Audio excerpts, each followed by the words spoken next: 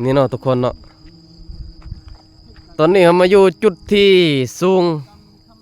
เนาะทุกคนเนาะจุดที่สูงของเขื่อนเซเปียนเส้นหน่อยเนาะหากบ่แม่นมันเป็นที่จุดสูงสุดอยู่เนาะทุกคนเนาะมันเป็นจุดสูงใจกลางเนาะทุกคนเนาะนี่เนาะเสกามานเสกองปองปักสานกดเกี่ยวบรรยากาศยามแลงเนาะทุกคนเพราะว่าดนๆเทื่อได้ขึ้นเนาะกำลังมีโอกาสมื้อนี้เนาะพาทุกคนมาเลาะชมเบิ่งบรรยากาศป่าไม้สดชื่นของอันนั้นเขตบ้านและยาวไต้เฮาเนาะแพงลืมกดไลค์กดแชร์กดติดตามหรือว่าคอมเมนต์ที่สำคัญก็คือกดซุปเปอร์ตังให้แน่เด้อทุกคนกับทักทายสบายดีเนาะบรรยากาศยามแลงเนาะทุกคนเนาะสบายดีเนาะทุกคนเนาะสบายดีและสวัสดีพ่อแม่พี่น้องหมดสุขคนเนาะยินดีต้อนรับเข้าสู่2ลิน2004นะทุกคนเนาะซึ่งว่ามื้อนี้เนาะ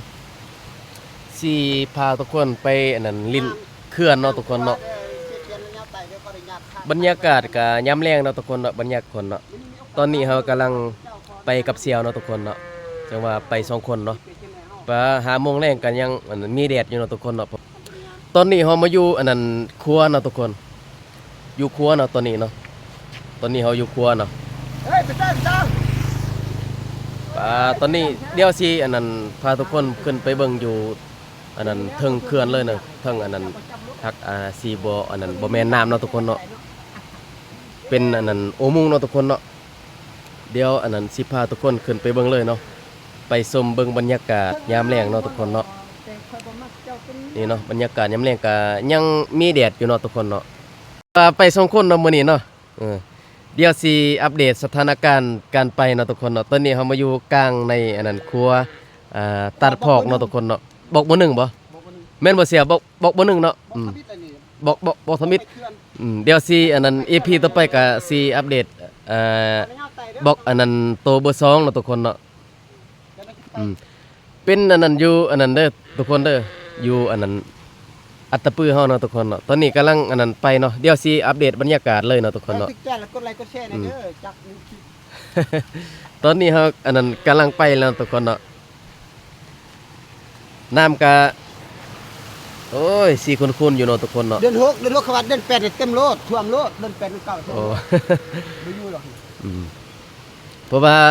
น้ำก็หลายเนาะเสียวเนาะแม่นธรรมชาติสวยงามก็เลยมาด้วยเฮ็ดพุ่นได้มาด้วยเบิ่งธรรมชาติด้วยเฮ็ดพุ่นได้ธรรมชาติสวยงามบ้านเมืองเฮานี่ฮักแข่งกันขออนุญาตข่อยก็บอกต่างซอยเชียวเด้อกดไลค์กดแชร์เพิ่นเด้อพอได้มีคลิปว่าเบอร์1เบอร์2ว่าซั่นเด้ตอนนี้เฮากำลังไปเนาะทุกคนเนาะเด้อเพิ่นเลี้ยงว่านำข้าวเด้อตอนนี้เฮากำลังขี่รถไปเนาะทุกคนเนาะไปเดี๋ยวสิอันนั้นพาอันนั้นทุกคนไปเบิ่งเลยเนาะช่วงนี้ก็5 โมงแรงแล้วเนาะทุกคนเนาะเพราะว่ายังแดดอยู่เนาะทุกคนป้าเสียงแดดกระทั่งมาอยู่ตอนนี้เฮาก็อันนั้นกำลังขี่รถอันนั้นไปชมวิวบรรยากาศอยู่เขื่อนเซเปียนเซน้ำหน่อยเนาะสิพาทุกคนไปอันนั้นรับชมเบิ่งบรรยากาศยามแลงเนาะทุกคนเนาะครับผมไปเป็นจังเจ้าธรรมชาติบ้านเมืองเฮาจังซี่แหละบ่ได้ติดใจว่าอยากมาลินมายามสิเปลี่ยนสีน้ำน้อยเนาะเฮือนลังสังกะสีแดงดอกไปบาดจังเจ้าว่าแคมลาสีแดงลากันโบกกันกอก็เป็นสีขาวพี่น้องเอ้ยเฮือนลักภักดีกาของเกาหลีหั่นแหละบรรยากาศยามแลงเนาะทุกคนป้าแดดส่องมาอยู่ทุกคนนี่เนาะธรรมชาติพี่น้องกินธรรมชาติเกี่ยมอันน่ะลงให้ท่าหน้าแหละกันเนาะทุกคนเนาะเพราะว่าน้ำนี่มันมีหลายปลูกข้าวน้อออกแตกน้อออกดำหน้าทั้งนี้แหละซึ่งว่าได้ทิปแจ้งกดไลค์กดแชร์ได้เด้อให้เบาลิ้นว่าสุขใส่มีสิคนเป็นยามทำข่าวบ้านทุกคนมันน้ำก็เต็มหมดแล้วเนาะทุกคนเนาะนั่นแหละลงไปอยู่ให้อยู่หน้าเนาะคนตกก็เลยว่ามีโอกาสไปลิ้นไปเที่ยวตอนนี้เขากำลังขึ้นไปเขื่อนเนาะทุกคนเนาะธรรมศาสตร์พี่น้องเชียเปลี่ยนเชียน้ำน้อยแต่ว่าทุกเนาะมันลายอาจจะเป็นต่อไปเพราะว่าควายเก็บแพงบ้านเมืองเฮาจะบ่มีเรื่องเพื่อการพัฒนาทางด้านเศรษฐกิจเส้นทางก็สวยงามแล้วธรรมชาติก็สวยงามแล้วโอเคก็สะดวกมีแก่ทุกทาน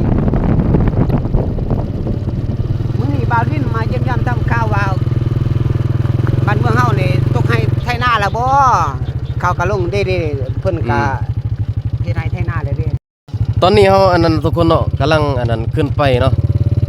เดี๋ยวสิพาทุกคนมารับชมเบิ่งบรรยากาศยามแลงเลยเนาะทุกคนเนาะ ไปฮอดอุโมงค์บ่เชียว แม่นไปอันนั้นฮอดอุโมงค์เลยเนาะทุกคนเนาะ ไป ว่าทางนี้ก็ทางอัตตปื้อเฮาก็บางคนก็ตกกาแล้วเนาะทุกคนเนาะ ตกกาเลยมื้อนี้วันที่1เดือน6พี่น้อง วันที่1เดือน6เป็นวันอันนั้น มีคนตกกาเลยคนหนึงพี่น้องเอ้ย เนาะ กาก้อนใหญ่ก้อนดำก้อน อันนี้รถผู้ใดรถบริษัท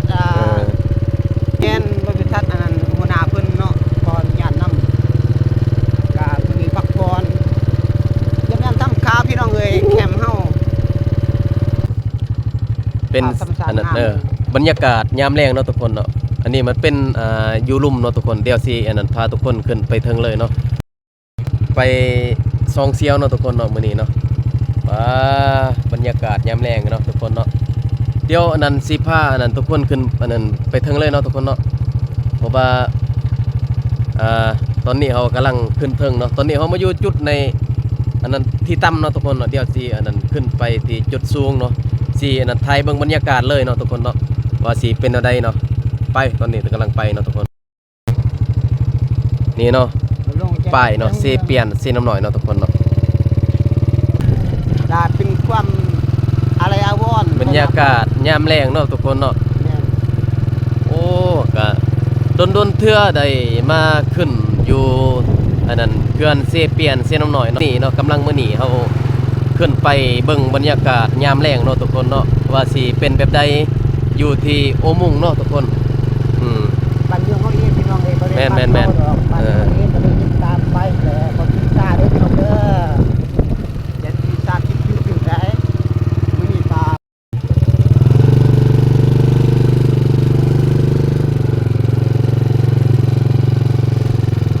ตอนนี้เขากำลังขึ้นไปเทิงเนาะทุกคนเนาะเดี๋ยวสิถ่ายเลยให้ทุกคนเบิ่งบรรยากาศเนาะว่าสิเป็นแบบใดเนาะเพราะว่าด้นแล้วเฮาบ่ได้ขึ้นไปเบิ่งเนาะทุกคนเนาะ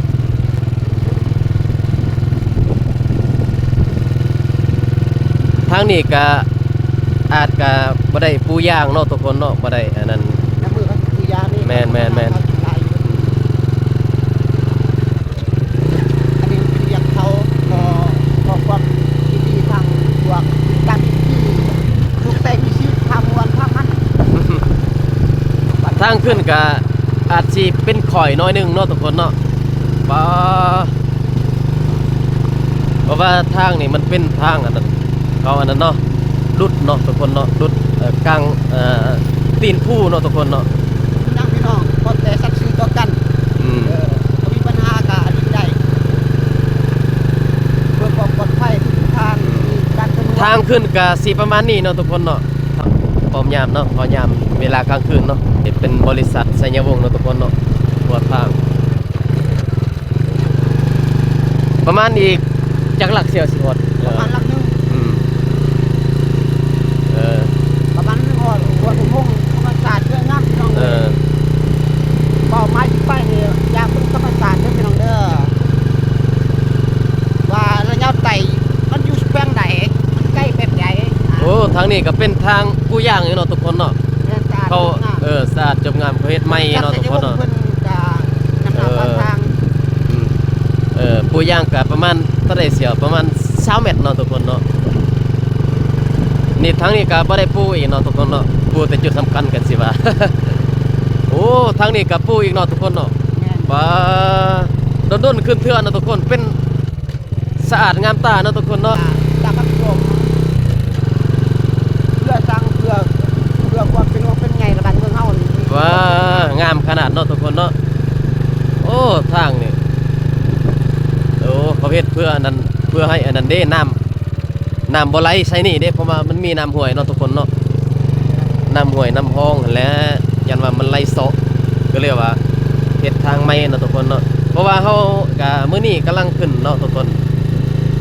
เพราะว่าเฮาขาดภาระหลายก็เลยว่ามื้อนี้มีเวลาขึ้นไปเนาะ สำหรับการทำข่าวก็เลยมีโอกาสไปดินไปซุ่ม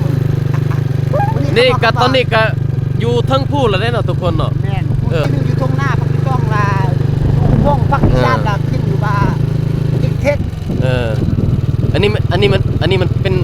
ผักที่หนึ่งเนาะทุกคนเนาะ ที่สอง ที่ซ่องบ่เสียวโอ้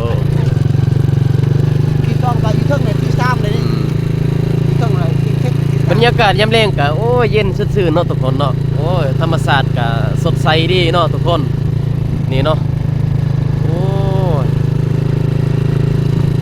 นี่เนาะ ห้ามขี่เยอะซะซ้ายถ้าว่าซะซ้ายแล้วบ่ปลอดภัย เดี๋ยวก็มาฮอดเนาะทุกคนมาฮอดอุโมงค์เนาะ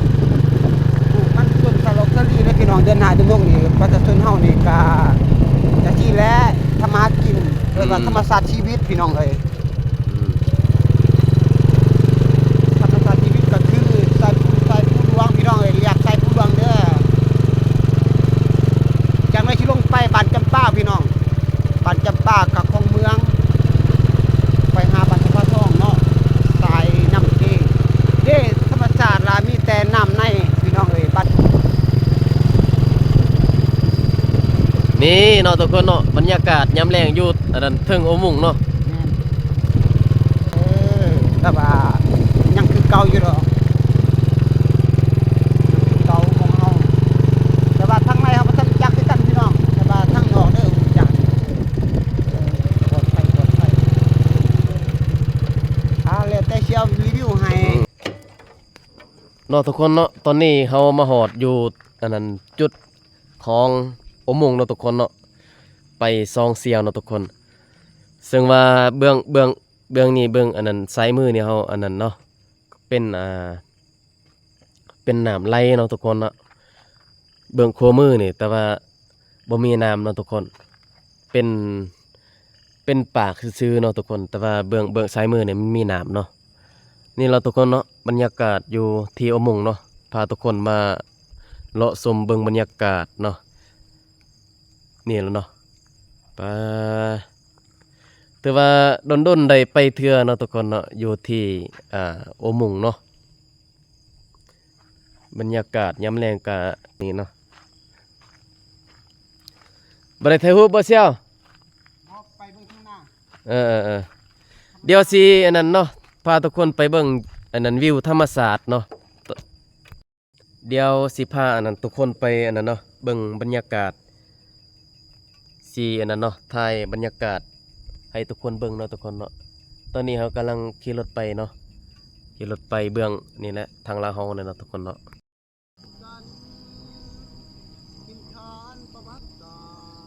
ป้าสวยงามเนาะทุกคนเนาะบรรยากาศยามแลงเนาะนี่เนาะป้าเธอนี่เนาะทุกคนเนาะตอนนี้เรามาอยู่จุดที่สูงเนาะทุกคนเนาะจุดที่สูงของเขื่อนเซเปียนเส้นหน่อยเนาะหากบ่แม่นมันเป็นที่จุดสูงสุดอยู่เนาะทุกคนเนาะมันเป็นจุดสูงใจกลางเนาะทุกคนเนาะนี่เนาะเลาะชมเบิ่งบรรยากาศป่าไม้สดชื่นของอันนั้นเขตบ้านและยาวไต่เฮาเนาะนี่มาแล้วบ่อยากมือ เธอทุกคนนี่เนาะป้าวิวธรรมศาสตร์ดนๆได้ขึ้นเนาะทุกคนอยู่เทึงนี้จะเป็นนั่นเนาะทุกคนเนาะบอนอันนั้นโตเฮาสีมือเนาะทุกคนมันเป็นตาดพอกเนาะทุกคนเป็นแหล่งท่องเที่ยวของอันนั้นเขตอันนั้นอัตตปือเฮาเนาะเขตบ้านระยะไต่เนาะทุกคนเนาะน้ำตกตาดก็สวยงามดีเนาะทุกคนเนาะนี่เนาะนี่เนาะนี่เราทุกคนเนาะบรรยากาศยามแรงเนาะคลิปเท่านี้อันนั้นสิขอจบเพียงเท่านี้เนาะทุกคนเนาะอย่าลืมกดไลค์กดแชร์นะเด้อเพื่อเป็นกำลังใจในคลิปต่อไปเนาะทุกคนเนาะบายบายเนาะทุกคนเนาะเดี๋ยวติดตามEP อันนั้นต่อไปเนาะทุกคนเนาะบายบายเนาะทุกคนเจอกันคลิปหน้าเนาะทุกคนเนาะ